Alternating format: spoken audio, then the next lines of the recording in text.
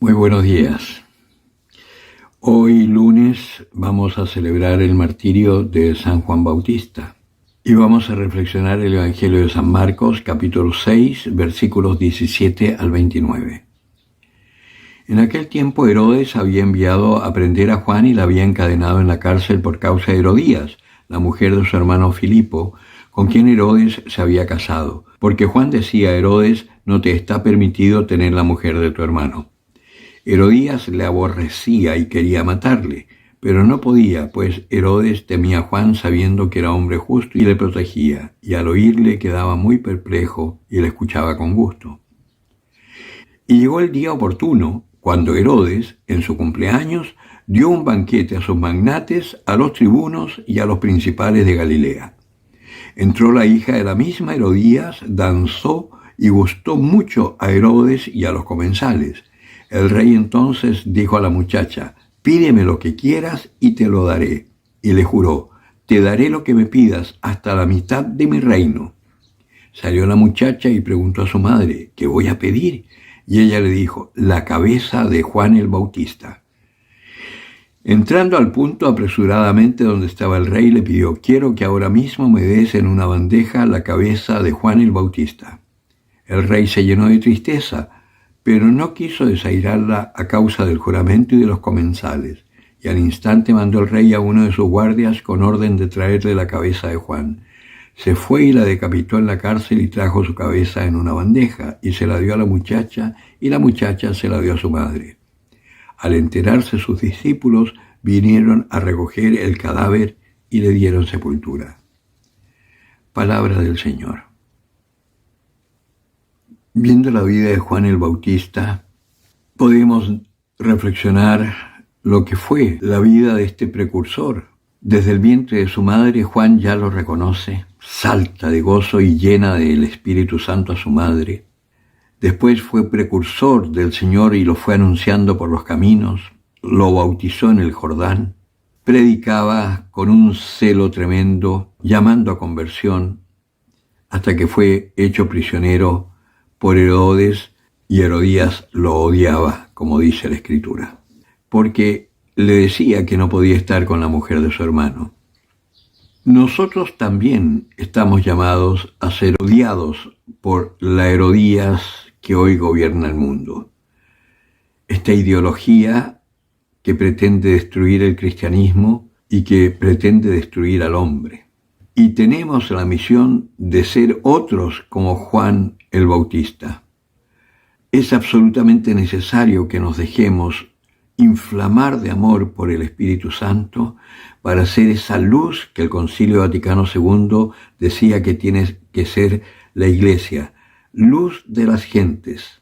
Y el Señor nos decía también que no solo tenemos que ser luz, que tenemos que ser sal y fermento, es decir, darle un sentido, un sabor a esta vida que es una vida de caos, de incertidumbre, de desesperanza, de sinsentido, darle sabor, darle sentido. Y esta levadura que sea no la de los fariseos, sino que sea esta levadura del Espíritu de Dios que haga crecer la masa de la humanidad en un fervor profundo hacia Dios. Por eso los cristianos tenemos que ser una pequeña comunidad de personas orantes. La levadura en la masa, si se pone mucha, la deja ácida. Basta un poquitito para fermentar toda la masa. La sal es lo mismo. Si echas mucha sal, te queda imposible de comer un alimento, pero un poquitito de sal que se disuelva en el guiso ya le da sabor. La sal no se nota, pero está ahí y le da sabor al guiso. Y la luz, tenemos que ser como un faro en la costa. Nosotros que somos chilenos y que tenemos tanto mar, cuando se navega, si nosotros vemos, está lleno de faros cada cierto tiempo, de que están permanentemente en la noche iluminando. Esa luz es la que nos puede guiar en esta navegación por la vida, en el mar de la muerte, y llevarnos a buen puerto. Ese faro somos los cristianos. Que no se apague nuestra luz. Tenemos que hacer lo contrario a lo que nos dice el mundo. El mundo dice, por ejemplo, estudia para que seas alguien. El cristiano dice, estudia para que puedas ayudar a alguien, para que puedas servir a alguien. Todo lo grande, todo lo bueno que podemos tener no es para nosotros, es en función de los otros. El día en que entendamos eso, nuestra vida se transformará. Que no nos perviertan los oropeles del mundo, porque el mundo pasa y nosotros por lo que luchamos es por algo infinitamente superior. No nos dejemos angustiar por las cosas que oímos y vemos, porque el Señor es más fuerte. Y aunque quieran destruirnos, y aunque destruyan la patria, y aunque dividan las naciones, aunque nos cambien el agua, si nos mantenemos firmes en la fe, podremos ser esa sal, esa luz y ese fermento para el mundo. Podremos ser otros Juan Bautista que llamemos a conversión y que anunciemos el amor de Dios. Y que nuestra vida será fecunda aunque nos maten. Es más, si nos matan, nuestra sangre será semilla y abono para nuevos cristianos. El mundo no podrá contra la iglesia jamás, porque el Señor está con nosotros y las puertas del infierno no prevalecerán. Esta vida es corta. Los que están manejando el mundo ahora pronto morirán. Sus hijos y sus nietos les seguirán e intentarán seguir generación tras generación destruyendo la iglesia hasta que llegue el momento propicio.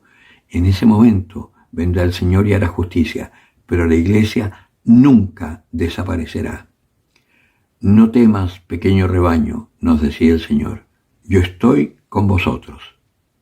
Créelo y anuncia sin miedo el amor de Dios, para que el Señor los toque, y si la intención del que está equivocado y haciendo daño es sincera, se dará cuenta que está por el camino errado, se convertirá y se salvará. Nuestra misión es orar por nuestros enemigos, lo que no significa que les denuncies su pecado, como lo hacía el Señor. Fariseos hipócritas, sepulcros blanqueados. Pero después decía, Señor, perdónalos porque no saben lo que hacen. Esa es nuestra misión. El que tenga oídos para oír, que oiga.